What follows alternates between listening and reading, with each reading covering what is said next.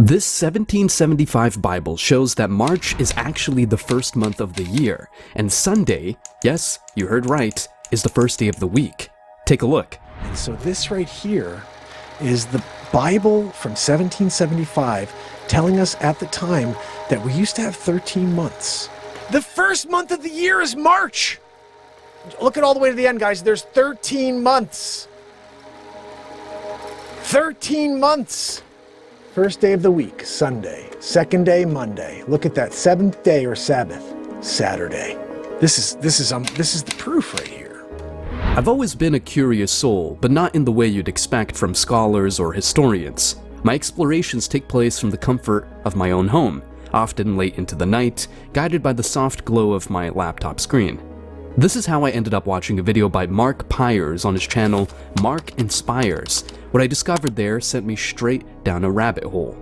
Mark presented an old Bible from 1775, and it wasn't the antiquity of the book that caught my attention, it was the content. According to this Bible, the first month of the year is March, and each week begins on a Sunday. I paused the video. Sunday as the first day?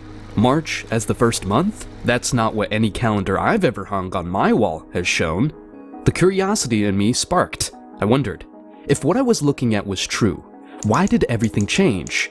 Who decided to flip the script and shift the months around?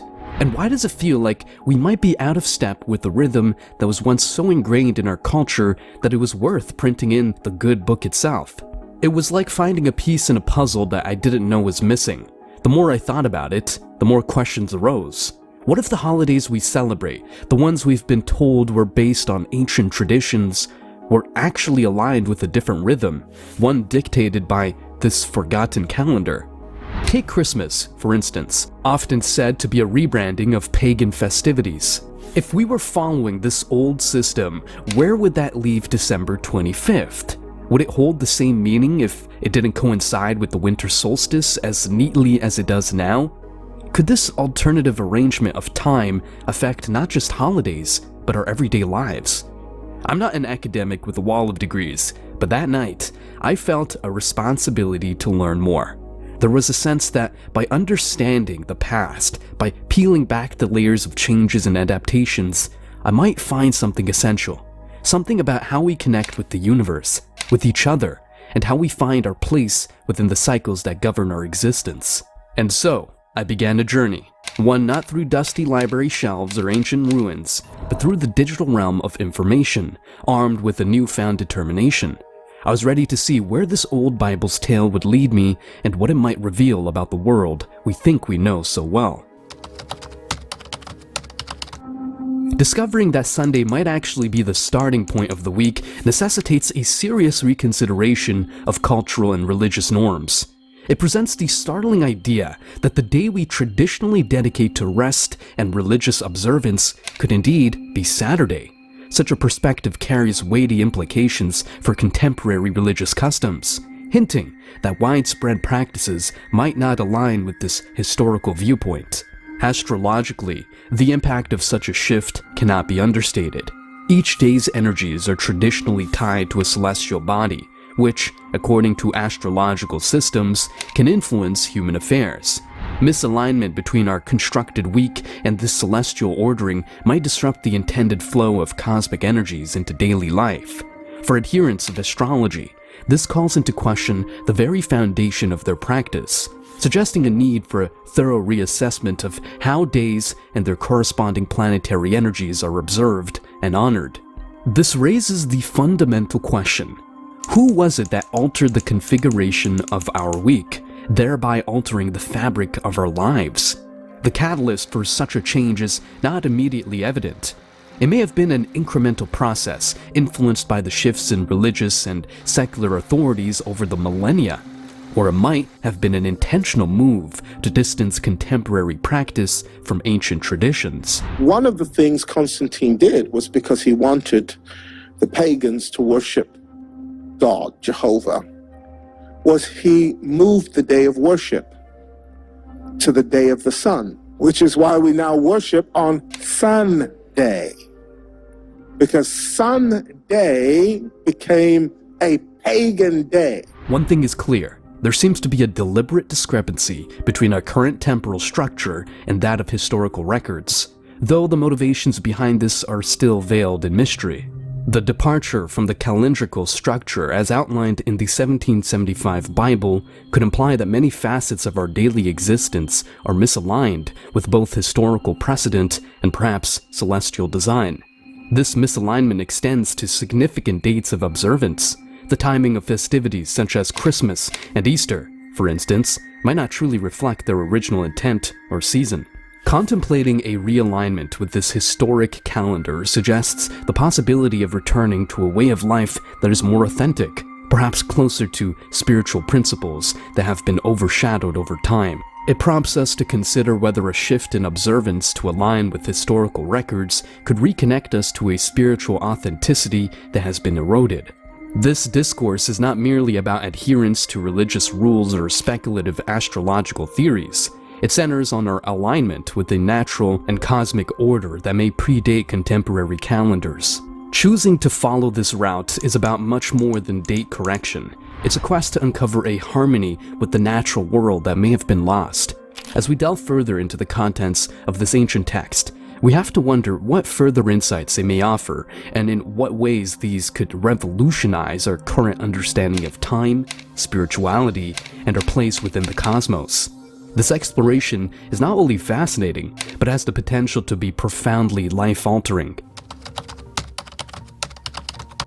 The 1775 Bible, which intriguingly outlines a calendar year starting with March and comprising 13 months, hints at a bygone era's intimate dance with the cosmos. This historical artifact opens a window to explore how our ancestors perceived time and its connection to cosmic energy and planetary alignments. Historically, calendars were not just tools for marking days, they were intricately linked to the movements of celestial bodies. This relationship was seen in the meticulous attention early civilizations paid to the skies.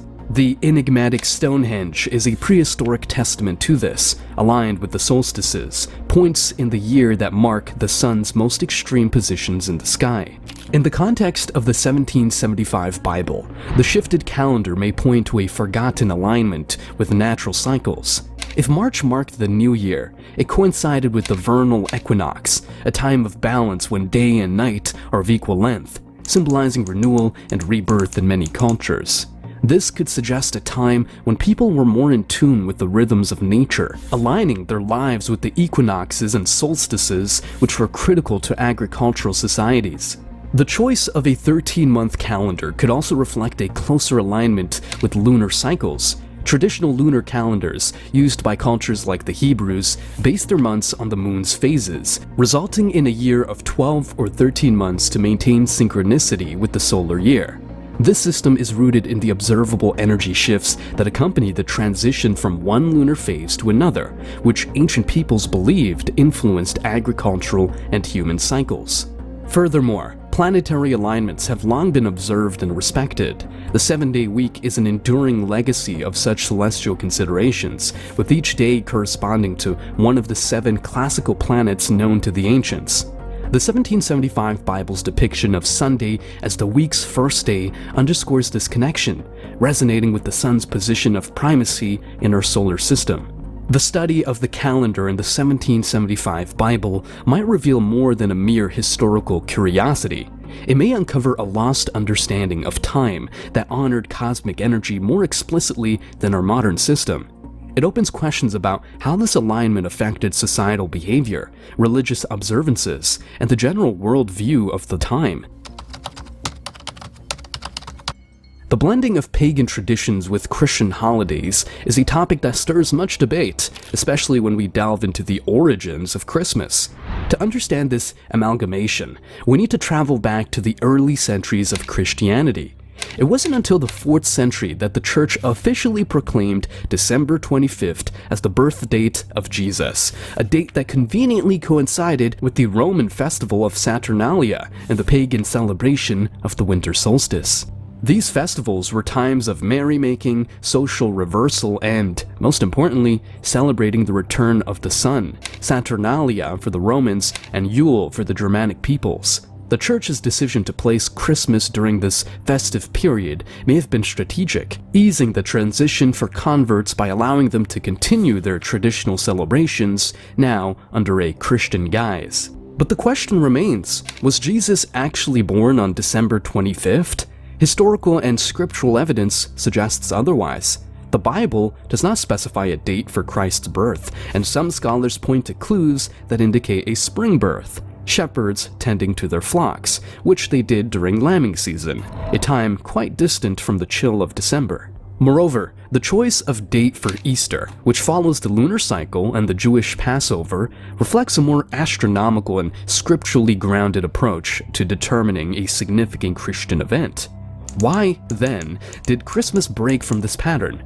It seems that the early church fathers were less interested in historical accuracy and more in the symbolism of light overcoming darkness, aligning Christ's birth with the rebirth of the sun. Well, another thing Constantine did was move the day of Jesus' birth to December, because Tammuz died on December 23rd. And it was believed, because Nimrod, his father, was a hunter, it was believed that Nimrod would be reborn in his son Tammuz. And his son Tammuz's birthday was December 25th. And what you would do on Tammuz's birthday was you would set up a tree. Deuteronomy 16:21. You shall not plant for yourself any tree as a wooden image near the altar which you build for yourself to the Lord your God. It was believed that in order for Tammuz to rise again as his son Nimrod, you'd have to go to the tree, you'd have to cut down a tree from the forest, and you'd have to put balls on it. And the balls were symbolic of testicles. The tree was symbolic of a phallus. Jeremiah chapter 10. Look what it says. Hear the word which the Lord speaks to you, O house of Israel. Thus saith the Lord. Do not learn the way of the Gentiles. Do not be dismayed at the signs of the heaven, for the Gentiles are dismayed at them. For the customs of the people are futile. For one cuts a tree from the forest, the work of the hands of the workman with an axe. They decorate it with silver and gold. They fasten it with nails and hammers so that it will not topple. I hate to bring you bad news. The calendar delineated in the 1775 Bible, with its unconventional 13-month year beginning in March, invites us to revisit historical timelines and spiritual narratives. Among the most profound is the birth of Jesus, traditionally celebrated in December. However, if the ancient calendar were a more accurate measure, could it be that the nativity story unfolded in the spring? Such a shift is not merely a technical correction of dates, it proposes a re-examination of astrological and spiritual symbolism that has long been intertwined with the season of Jesus' birth. Spring, marked by the vernal equinox, is a time of renewal, when the earth awakens from the dormancy of winter. It's the season when lambs are born, which coincides with the historical account of shepherds watching their flocks by night, a detail supporting a springtime nativity. If Jesus was indeed born in the spring, the association with Aries, the ram, in the zodiac becomes intriguing. Aries, beginning in late March, is a sign often linked to leadership and new beginnings. Such a synchronization would weave Jesus' birth into the tapestry of astrological lore, presenting him as a figure heralding a new epoch, aligning with the symbol of the ram often associated with sacrifice and new initiatives in various mythologies. Exploring further, the spring equinox is a time when day and night are in perfect balance, which might symbolize the dual nature of Jesus as both human and divine. This natural harmony could provide a powerful allegory for the spiritual equilibrium he is said to bring. This repositioning of the nativity to spring could also influence the spiritual interpretation of biblical texts. For example, the light coming into the world gains a literal dimension as the days grow longer and the darkness of winter recedes. The themes of rebirth and resurrection, central to Christian doctrine, naturally align with the world's awakening in spring. Moreover, the implications for Easter, closely tied to the Jewish Passover, are significant. Rather than a wandering date with the Gregorian calendar, a springtime Christmas would closely precede Easter, linking Jesus' birth and resurrection even more tightly within the cycle of natural and spiritual rebirth. The hypothesis of a springtime nativity prompts a reevaluation of our understanding of one of Christianity's most sacred narratives. It invites believers and historians alike to ponder the relationship between celestial cycles and sacred events. Each potential revelation nudges us to consider how celestial events have been foundational in shaping our spiritual traditions and how they might continue to do so if viewed through the lens of a calendar that perhaps once more closely mirrored the cosmos. The Julian calendar, established by Julius Caesar in 45 BCE, was a turning point in the annals of timekeeping. This calendar shifted from a lunar to a solar structure, extending the year from 355 days to the 365-day format we're familiar with, albeit with some inaccuracy. A day's surplus accrued every 128 years. In its wake, it is believed that a 13-month calendar, one that may have been more attuned to natural cycles, was cast aside. The reasons behind this transition were both practical and political. Roman society, growing increasingly complex, demanded a more predictable and uniform system to manage festivals, agricultural cycles, and taxation periods. It was also a power move. Emperors often manipulated the calendar to extend their terms or to insert their own festivities.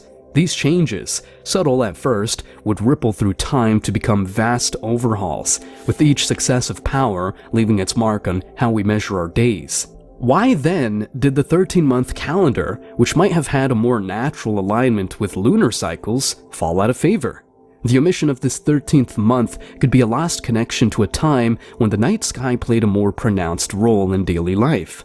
Historical records are riddled with gaps and inconsistencies, some possibly by accident, others likely by design.